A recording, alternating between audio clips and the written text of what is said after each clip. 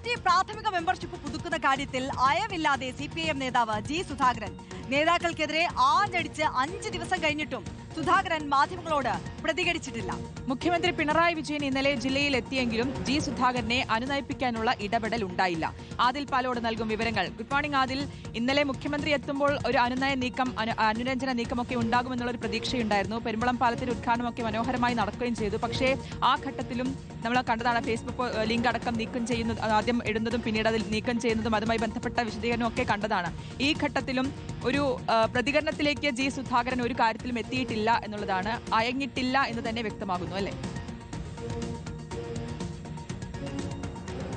ഉറപ്പായും പാർട്ടിയോട് ഇടഞ്ഞു നിൽക്കുന്ന മുതിർന്ന നേതാവ് ജി സുധാകരനെ അനുനയിപ്പിക്കാൻ ഇതുവരെ പാർട്ടിക്ക് കഴിഞ്ഞിട്ടില്ല എന്നുള്ളതാണ്. MA ബേബി നമ്മുടെ അഭിമുഖത്തിലടക്കം ഇക്കാര്യം അനുനയിപ്പിക്കാനുള്ള ശ്രമങ്ങൾ ഉണ്ടാകുമെന്ന സൂചനകൾ നൽകിയിരുന്നു. പക്ഷേ ഇപ്പോഴും പലതരത്തിലുള്ള ഇടപെടലുകൾ നടത്തിയിട്ടും ഇതിലേക്ക് എത്തിയിട്ടില്ല എന്നുള്ളതാണ്. CS സുജാതയെ ഒരു ദൂത എന്ന നിലയ്ക്ക് തന്നെ അയക്കുകയും സംസാരിക്കുകയും ചെയ്തു എന്ന വിവരം നേരത്തെ പുറത്തു വന്നിരുന്നതാണ്. പക്ഷേ അപ്പോഴും ജി സുധാകരൻ പാർട്ടിയോടുള്ള പരിഭവം അവസാനിപ്പിച്ചിട്ടില്ല എന്നാണ് മനസ്സിലാക്കാൻ സാധിക്കുന്നത്.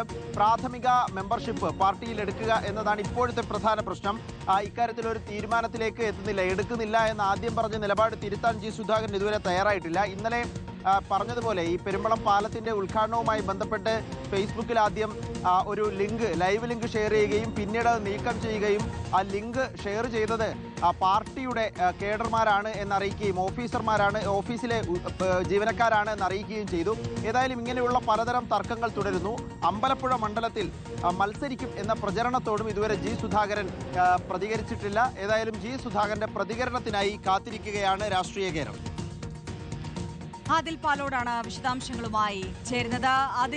ഇനിയിപ്പോൾ അതിൽ സൂചിപ്പിച്ചതുപോലെ തന്നെ ജി സുധാകരന്റെ നിർണായകമായ രാഷ്ട്രീയ നീക്കം അതെങ്ങനെയാകുമെന്നുള്ള ആകാംക്ഷയാണ് ബാക്കി നിൽക്കുന്നത്.